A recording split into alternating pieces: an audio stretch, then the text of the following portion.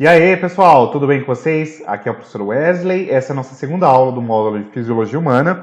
E hoje nós comentaremos aqui sobre o sistema respiratório, enfatizando aí algumas características, tanto no aspecto fisiológico, quanto alguns aspectos aí da física, e alguns aspectos também associados com a química do processo de respiração. Então vamos lá! O primeiro ponto que eu acho que seria de interesse a gente destacar é acerca das propriedades físicas dos gases. Então a gente vai ver que o processo de respiração, em essência, ele deriva também aqui de uma compreensão acerca de algumas propriedades físico-químicas inerentes aos gases. A saber-se, nós temos que analisar aqui três aspectos. O primeiro é a temperatura, seguido da pressão, e o efeito da altitude aí acerca da sua ação nos gases. Nesse sentido, o quão maior a temperatura for, menor será a solubilidade desse gás. E, por consequência, o quão menor a temperatura for, maior é a solubilidade desse gás.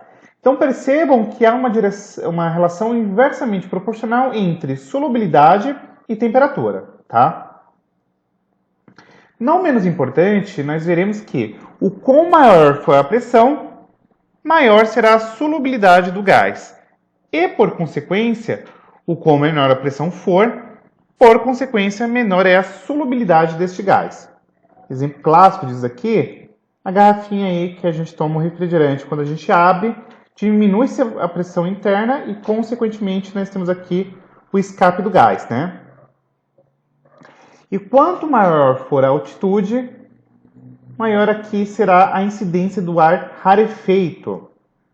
Quanto menor a altitude, mais concentrado o ar será. Então, um exemplo clássico que a gente pode pegar, por exemplo, é a questão aqui da altura da pressão de uma coluna de ar, tem uma maior pressão, e aqui se tem uma menor coluna de ar, uma menor pressão. Por consequência, isso daí é diretamente atrelado com isso daqui. Como que se comporta, por exemplo, um organismo numa situação na qual ele está numa altitude muito elevada? E aí vem a pergunta: como é que o organismo dele comportaria-se para transportar gases, por exemplo? Então vamos lá. Numa situação na qual você tem aqui uma baixa concentração de gás oxigênio, frio intenso, radiações ionizantes, ventos fortes, consequentemente, acaba atrelando-se aqui com o processo de hipoxia de altitude, isto é, você tem uma menor concentração de gás oxigênio e, consequentemente, isso aqui acaba acarretando o aumento de radicais livres. Por WO, entendamos que o baixo processo, a baixa oxigenação, acarreta em um processo derivado aqui via eritropoetina, que é um hormônio que é sintetizado pelos rins, secretado na corrente sanguínea e vai atuar lá na medula óssea, estimulando um processo ao qual nós denominamos como eritropoiese. E entendamos que a eritropoiese nada mais é do que um processo de produção de células sanguíneas, ou seja, em essência, o hormônio eritropoetina vai lá na medula óssea e estimula a produção de glóbulos vermelhos, ou hemácias, ou eritrócitos. É tudo equivalente, é tudo a mesma coisa, tá? E nesse sentido, esse aumento de glóbulos vermelhos acaba acarretando alguns eventos, como por exemplo o aumento da hemoglobina, que nada mais é do que aquele pigmento associado com o transporte de gases. E aí, consequentemente, entendam o seguinte: se eu aumentei a taxa de glóbulos vermelhos, aumentei a taxa de hemoglobina, por consequência, eu vou ter uma maior eficiência na captação de gás oxigênio e transporte aí para os órgãos e células. Mas em contrapartida, um efeito que a gente pode ter aqui também em decorrência desse aumento dos glóbulos vermelhos é o aumento da viscosidade sanguínea, porque você vai ter mais albumina e etc. E isso pode ter aqui um contrabalanço também na questão de uma menor eficiência da circulação do oxigênio, ou seja, o quão mais viscoso o sangue for, menor vai ser a taxa de difusão desse sangue aí, no organismo. E aí você fala, tá, professor, mas qual que é a grande sacada aqui que a gente precisa se ater? A sacada é a seguinte, gurizada. O lance mais importante é que existe um mecanismo que a gente chama de doping fisiológico, que é muito recorrente, por exemplo, em jogadores de futebol, quando vai para o Chile, Bolívia, etc., que tem uma altitude alta, que ele precisa fazer o quê? Ele precisa ir uma semana antes para se adaptar com a questão da altitude e, consequentemente, estimular o processo de eritropoiese, fazer com que o organismo entenda aí essa mudança e consiga se adaptar fisiologicamente àquele novo ambiente, tá? E aí, nesse sentido, a gente pode pensar ainda quantos gases que estão presentes na atmosfera. A saber, se os gases principais que a gente encontra aí na atmosfera são quem? Gás nitrogênio, gás oxigênio, gás dióxido de carbono e outros gases. Percebam que, majoritariamente, a concentração de gás aqui é nitrogênio, né? E aí, se a gente for dar uma olhada aqui na composição química, no ar inspirado e expirado por uma pessoa, vocês vão perceber de antemão nessa tabela que a concentração, o percentual de gás nitrogênio, tanto inspirado quanto expirado, é idêntico. O que nós conseguimos, por consequência, extrair dessa tabela é que, mesmo o nitrogênio sendo um gás extremamente abundante na atmosfera, ele é inerte, ou seja, ele não participa do nosso metabolismo. Então, da forma qual ele entra, ele sai do nosso organismo, tá bom? Acrescido a isso, pensando aí já em aspectos anatômicos, o sistema respiratório ele é constituído por fossas nasais, boca, faringe, laringe, traqueia. Nós temos aqui os brônquios, os bronquíolos, a presença do diafragma e, não menos importante, a gente ainda pode acrescentar aqui os alvéolos e por consequência, os pulmões, né? Um aspecto interessante é que quando a gente está falando de respiração, a gente pode compreender ela por dois aspectos. A respiração a nível celular, que é aquele processo derivado da glicólise, ciclo de Krebs, cadeia transportadora de elétrons, tá? Que é aquele processo que pega a glicose na presença do gás oxigênio, tem a quebra aqui, gerando dióxido de carbono e água, né? E ATP, que é um principal aspecto aqui da respiração celular. Mas, em essência, quando a gente pensa agora em respiração a nível sistêmico, orgânico, a gente vai nos confrontarmos agora com um conceito denominado como hematose. E a hematose, pessoal, de maneira simplificada, nada mais é do que a troca dos gases respiratórios que acontece em uma estrutura denominada como alvéolo pulmonar, tá? Olhando aqui de maneira bastante simplificada alguns aspectos da anatomia, o aspecto mais importante quando tange aqui às fossas nasais ou o nariz é que é na cavidade nasal que a gente tem um processo de filtração, umedecimento e aquecimento do ar. Não menos importante ainda, é de interesse que vocês saibam que nas fossas nasais, nós temos alguns pelinhos que nós chamamos de vibristas, são os famosos pelinhos aí do nariz, que são responsáveis por fazer um processo de filtragem, né? Então, ali já fica retido partículas que eventualmente possam ser ruins ao nosso trato respiratório. Na faringe e na laringe, o aspecto mais importante é que, primeiro, a faringe ele é um órgão que está presente tanto no sistema digestório quanto no sistema respiratório. Então, a gente pode conceber a ideia da faringe como um ducto de passagem ora para o ar, ora para o alimento. O aspecto mais interessante ainda aqui, quando a gente está falando da faringe, é que no contexto no qual você, por exemplo, está se alimentando, tem-se uma estrutura adjacente a ela, que a gente chama de epiglótica, ela se fecha para que, consequentemente, o alimento não caia no trato respiratório, tá?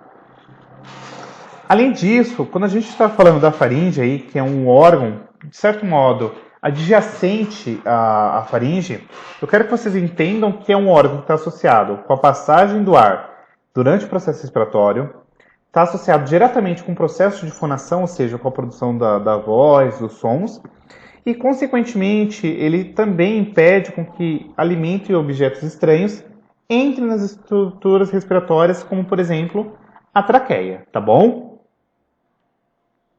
A traqueia, um detalhe interessante, que nada mais é do que um órgão aqui cilíndrico, que ele mede entre 10 a 12 centímetros de comprimento, e tem aqui um diâmetro de aproximadamente 2 centímetros aproximadamente. A função dele é fazer uma condução do ar até aqui a região dos brônquios e bronquíolos, que é um processo aí de ramificação para, consequentemente, perfundir o pulmão. E um detalhe importante ainda sobre a traqueia é que na traqueia nós temos vários cílios, que são aí estruturas presentes para fazer o quê? Um processo de filtragem de partículas aeradas, de micro-organismos e etc.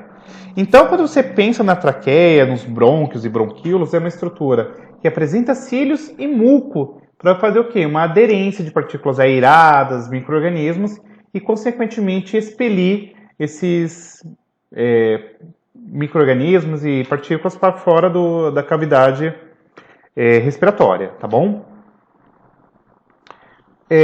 Como eu falei para vocês, os brônquios e bronquíolos são justamente o quê? Um processo de ramificação da traqueia que adentra os pulmões e, consequentemente, eles vão desembocar em estruturas que servem como uma espécie de uns saquinhos, né, que a gente chama de alvéolos pulmonares, tá? Então, percebam que a grande sacada, então você tem aqui a traqueia, essa bifurcação aqui a gente chama de carina. Na carina você tem aqui a projeção do brônquio direito, brônquio esquerdo, e cada vez que vai passando, ele vai diminuindo o calibre para perfundir as diversas regiões aqui dos pulmões, tá bom? E como eu falei para vocês, os pulmões seriam aqui justamente como dois sacos aqui, na qual vai entrar os gases, e aqui em especial eu quero dar destaque para os alvéolos pulmonares, que são justamente essas estruturas aonde acontece o processo de trocas gasosas que nós denominamos como hematose, tá bom?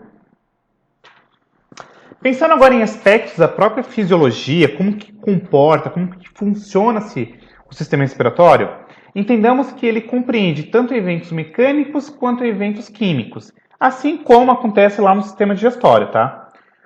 Com o aspecto aqui de eventos mecânicos, a gente pode pensar num fenômeno denominado como ventilação pulmonar. E o que seria isso daqui? Nada mais é do que as variações que acontecem na caixa torácica, que está atrelado diretamente com os músculos respiratórios. Logo, entendamos que o processo de respiração ele engloba o processo de inspiração e expiração, no qual a gente vai ver que na inspiração você tem aqui a ação do diafragma, a ação dos músculos intercostais externos, que aumenta o volume da caixa torácica, tá? E aí, consequentemente, a gente tem aí a entrada do gás. Em contrapartida, na expiração, o que se tem é um processo de relaxamento daqueles músculos que a gente comentou aí, que são os intercostais externos, conjuntamente com a ação de músculos abdominais, intercostais internos, e, consequentemente, isso aqui está atrelado diretamente com a diminuição do volume da caixa torácica e, consequentemente, isso daqui favorece a saída do gás para fora, tá bom? Não menos importante, a gente precisa entender que o ar que entra e sai dos pulmões, em cada respiração, a gente vai denominá-lo aqui sempre como ar corrente. E, consequentemente, entendamos o que entra e o que sai é o ar corrente, e esse volume aí transita aí em cerca de 500 mililitros, tá? 500 ml. E aí, o que acontece? A frequência que a gente consegue aqui de fazer de respiração por minuto é de cerca de 12 movimentos. Isso significa que a cada movimento aí, frequência respiratória, a gente engloba aqui 500 ml. Então, se a gente faz 12 movimentos, então a gente consegue ter aqui cerca de 6 litros de ar entrando aí pelas vias respiratórias por minuto. Além disso, nós temos um outro conceito denominado como capacidade respiratória. Em outras palavras, entendam como o seguinte: é a capacidade de ar que eu consigo inspirar para dentro dos pulmões antes mesmo da sua inspiração, né? E esse volume aí de capacidade respiratória nada mais é do que cerca de 3.000 ml, tá? Além disso, nós temos ainda aqui um volume que nós denominamos como volume de reserva expiratória. O que significa isso aqui? Nada mais é do que a quantidade que a gente consegue expirar além do que é normalmente expirado. E esse volume aí é de aproximadamente 1.100 ml, tá? E por fim, além dessa reserva respiratória, a gente ainda tem aqui uma outra reserva que a gente chama de volume residual, que nada mais é do que aquele volume que, por mais que a gente tente expirar, a gente não vai conseguir eliminá-lo, tá? Então a gente tem ali um volume, uma quantidade de gás ainda, que gira aí em torno de 1.200 ml. Por fim, existe um outro conceito aqui, só para trazer algumas curiosidades para vocês, para não ficar tão jogado, que denomina-se como capacidade vital, que nada mais é do que a diferença entre o volume inspirado máximo seguido de um volume expiratório máximo. Normalmente, uma pessoa aí sem nenhum problema respiratório, esse volume fica aí em torno de 4.500 ml, tá? Nós veremos mais adiante que o processo de respiração ele está diretamente atrelado com o processo de controle via sistema nervoso central. E essa estrutura responsável por fazer esse processo refinado aí é o bulbo, que é um órgão que consegue conceber, entender as variações de concentração de dióxido de carbono na corrente sanguínea. Detalhe importantíssimo aqui, só para vocês terem uma noção ainda mais macroscópica do quão refinado o processo respiratório é. A somatória do volume de reserva expiratória e de volume residual reflete a quantidade de ar que vai permanecer aí dentro do sistema respiratório, tá? E, consequentemente, entendamos que este ar ele permite a continuidade das trocas gasosas com o sangue no intervalo aí entre as respirações. E aí, como eu falei para vocês, o processo de respiração engloba aí inspiração e expiração. Então, na inspiração, o que a gente tem? Contração do diafragma, contração dos músculos intercostais, tração das costelas para frente, então, consequentemente, tem uma elevação, um aumento do volume aqui. E aí você tem aqui um mecanismo essencialmente ativo. Já na expiração, que é o processo de saída de ar, tu tem o seguinte: o relaxamento do diafragma, relaxamento dos músculos intercostais, as costelas se abaixam e, consequentemente, esse processo ele é um processo passivo. Além disso, quando a gente está falando do processo respiratório, é importante que vocês se atentem que os fenômenos do processo de respiração envolvem aí as trocas gasosas, que a gente já sabe que é a hematose. E, em essência, o que é a hematose? Nada mais é do que uma troca entre o gás oxigênio presente nos alvéolos e o CO2 presente ali também nos capilares e vice-versa. Esse processo ele acontece basicamente por difusão e sempre está atrelado aqui com uma obediência ao gradiente de concentração. Em outras palavras, gurizada, é o seguinte: é vocês pensarem o seguinte: o gás ele sempre vai ser difundido do meio mais concentrado para o menos concentrado e vice-versa, tá? Nas hemácias, um detalhe interessante é que o gás oxigênio ele combina-se lá com a hemoglobina, formando um rolê que a gente chama de oxigênio-hemoglobina ou oxi-hemoglobina, tá? Sendo que uma pequena quantidade de gás oxigênio permanece aí em solução aí no plasma, tá? Então entendamos que a hemoglobina, que é aquele pigmento que está dentro das hemácias, ela funciona como carreador, como transportador de gás oxigênio, o que consequentemente vai aumentar a eficiência de transporte do gás oxigênio em cerca de 60%, tá? Então, nessa esquematização, nós entendemos aí o que é o processo de hematose. Se vocês derem uma observada, vocês vão ver que a concentração de dióxido de carbono é muito mais elevada aqui na corrente sanguínea, então ele se difunde para os alvéolos e sai aí dos pulmões através do processo respiratório. E a concentração de gás oxigênio é muito maior aqui nos alvéolos, que vai se difundir aqui para os capilares e vai ser transportado aqui pela hemoglobina, tá bom? Então, nesse sentido, eu quero que vocês entendam que a gente tem alguns protagonistas aqui nesse processo. A saber-se, o principal seria aqui a hemoglobina, tá? Que está associado com o transporte tanto do gás oxigênio quanto do gás dióxido de carbono, tá? Então, por exemplo, quando o dióxido de carbono está associado com a hemoglobina, nós chamamos de carboxihemoglobina.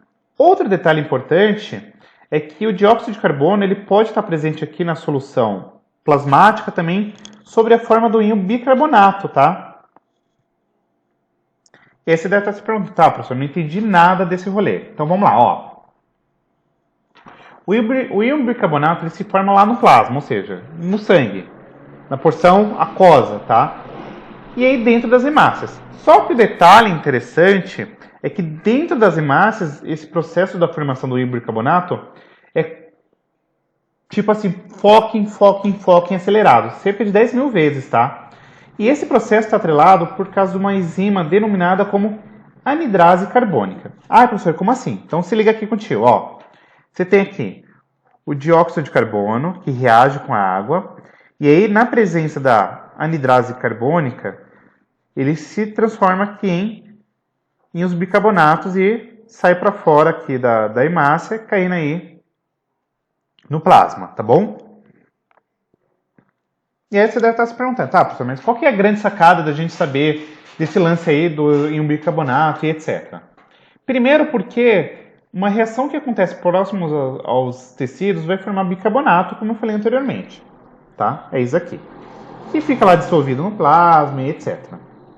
E aí entendamos que a reação que acontece próximo ali aos pulmões vai formar essencialmente o gás carbônico que acaba sendo exalado. O aspecto mais interessante é que isso daqui está diretamente atrelado com uma coisa que a gente chama de equilíbrio ácido-base da respiração. Então a gente vai ver, por exemplo, que associado a esse lance aqui da anidrase carbônica, essa concentração aqui desse íon bicarbonato é um elemento extremamente importante para sinalizar o sistema nervoso central lá no bulbo. Ó, tem muito gás oxigênio, então tá de boa. Ah, mas tem muito gás de óxido de carbono agora. Será que isso aí é bom? Então ele sinaliza lá o bulbo, tá?